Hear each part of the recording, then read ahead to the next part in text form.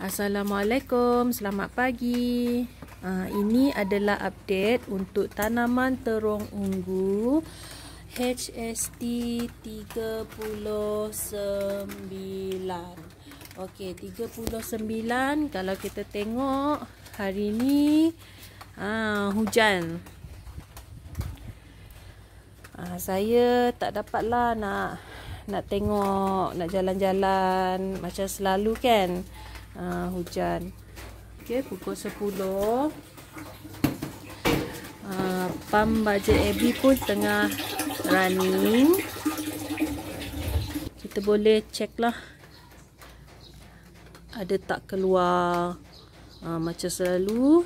Setakat ni saya tengok tak ada masalah. Ada pokok yang lambat sikit, dia punya keluar buahnya, ada yang cepat. Okey, kalau yang macam ni, ni Fonme ni. Tengok ni, dia punya tangkai dia besar. Yang belah sana tu adalah baja benih dari baba. Kita tengok jap lagi. Okey, ni adalah benih baba Smart Grow. Nampak beza dia kan? Tangkai hijau. Lepas tu yang buah sulung ni, yang dekat batang Y ni, batang Y, buah dia dekat tengah-tengah ni, dia macam kecil sikit. Dia tak macam Fonme macam ni. Yang ni Fonme. Ni Fonme. Tengok Fonme, hari yang sama, sebelah menyebelah. Kita dapat tengok bezanya. Fonme ni of course buahnya macam besar. Dia ada potensi jadi menghasilkan buah yang besar. Kemudian dia punya yang tangkai-tangkai ni, dia tak macam baba memang meriah lah bunganya. Ada yang suka lah jenis pokok yang menghasilkan bunga banyak macam ni. Ada yang suka sebab dia cakap buah nanti kan meriah. Ada juga yang tak suka sebab nanti dia cakap dahan dia, kalau dahan dia kecil, buahnya banyak, nanti buah tak dapat menampung. Dahan tak dapat menampung buah. Nanti jadi itulah, nanti dahan cepat patah. Dia besar-besar. Kalau baba Smart Grow, dia akan jadi kecil macam ni je. Kalau tak silap, dekat Kelantan ataupun Pantai Timur ni, tangkai yang warna hijau ni adalah popular tau berbanding dengan tangkai yang warna gelap. Sebab diorang cakap macam yang tangkai gelap ni buah dia tak best berbanding dengan yang tangkai yang warna hijau. So bila peraih beli yang tangkai gelap, selalunya lebih murah lah. Kadang-kadang diorang tak pandang pun, diorang pilih yang tangkai hijau. Ni dekat Pantai Timur, kalau tak silap saya, Pantai Timur, Kelantan, Terengganu, dia pilih tempat. So bagi sesiapa yang nak buat fertigasi, yang memang fikir nak jual tu, kena fikirkan juga pasaran dekat tempat tu macam mana. Maksudnya sebelum kita buat fertigasi, kita kena buat research pasaran dulu. Harganya macam mana, lepas tu orang minat yang apa. Kalau dekat Sarawak ni, kita tak pilih terong-terong ni. Asal dia warna ungu, rupa dia macam terong, terong lah tu. Tak macam dekat Melaya.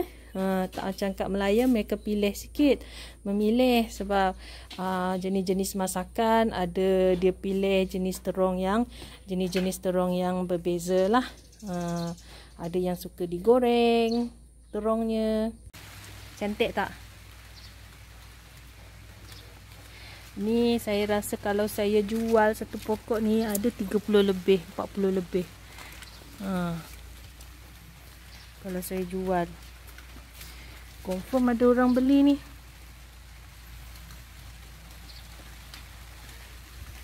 Saya cakap kat husband saya, kalau kita nak tanam pokok, tak nak bagi pokok sampai keluarkan hasil, kita nak jual pokok je pun boleh juga. Kita jual sama sekali dengan polybag. Okey, macam mana pula dengan barisan yang belah hujung ni? Barisan belah hujung ni. Yang saya cakap hari tu, yang belah hujung tu memang saya tak sempat lah nak pangkas dia punya tunas-tunas air ni. Tengok ni, tunas air dia dari bawah sampai atas tu memang saya tak pangkas. Dari tengok ni, dia punya batang Y ni, sini batang Y ke bawah ni saya tak pangkas tau. Dia punya tunas air. Saya kata nak buat eksperimen.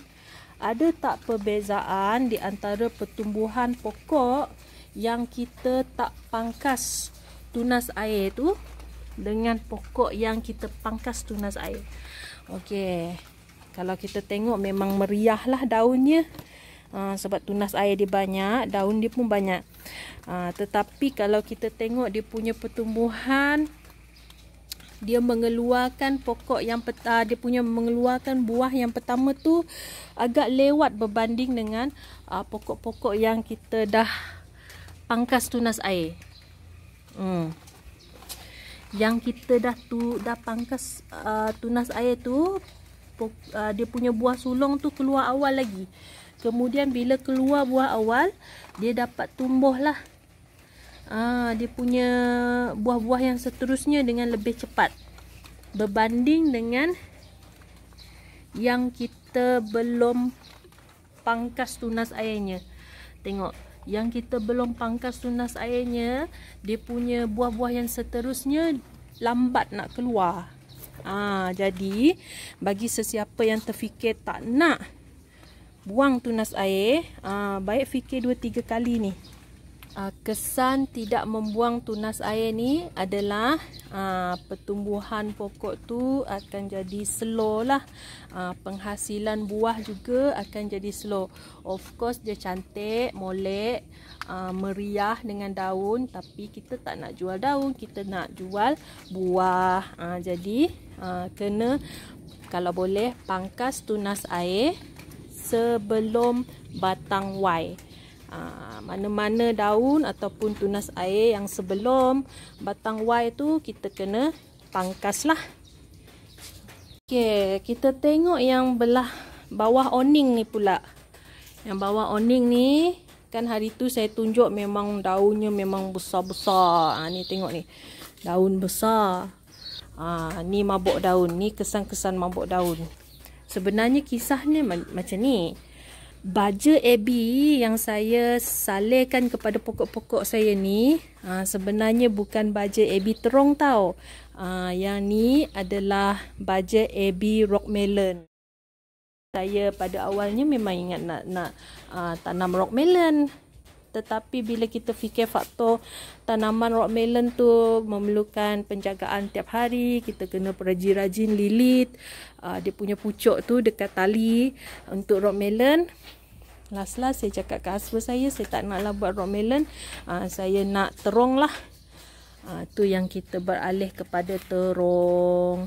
So ni adalah baja AB rock melon yang saya guna ni.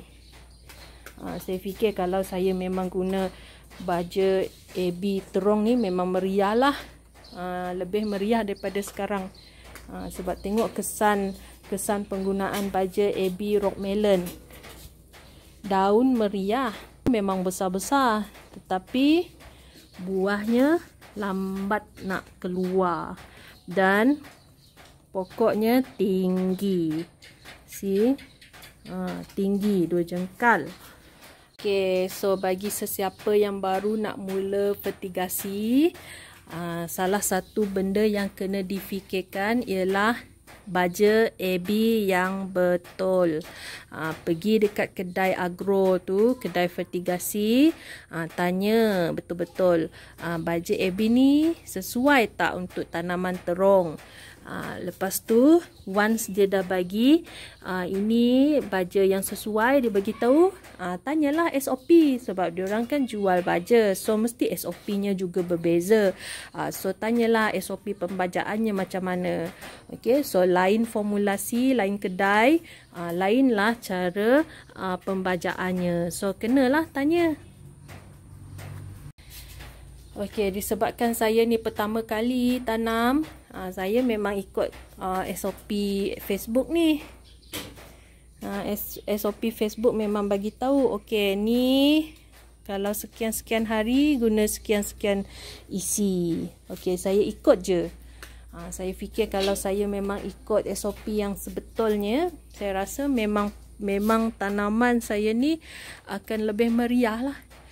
Musim yang seterusnya saya akan ikut SOP betul-betul. Ni musim pertama. Ini pertama kali saya eksperimen dululah. Okey, ada lebah ni.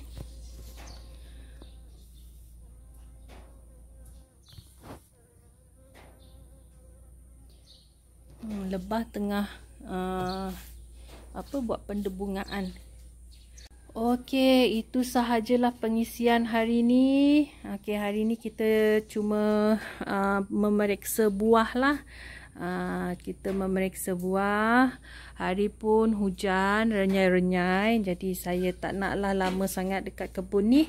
Fertigasi ni bukannya buat kita pening kepala. Fertigasi ni buat kita happy. Okay.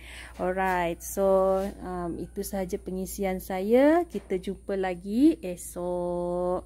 Alright. Okay. Kalau like video saya ni, sila tekan butang like dan subscribe. Assalamualaikum.